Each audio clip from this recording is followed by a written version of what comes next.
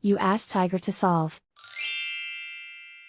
This deals with linear equations with one unknown. The final result is x equals 5.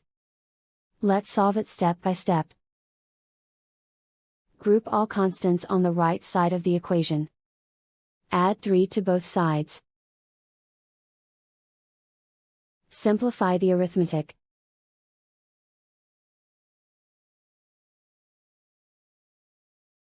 Isolate the x. Divide both sides by 2. Simplify the fraction. Find the greatest common factor of the numerator and denominator. Factor out and cancel the greatest common factor. And so the final result is x equals 5.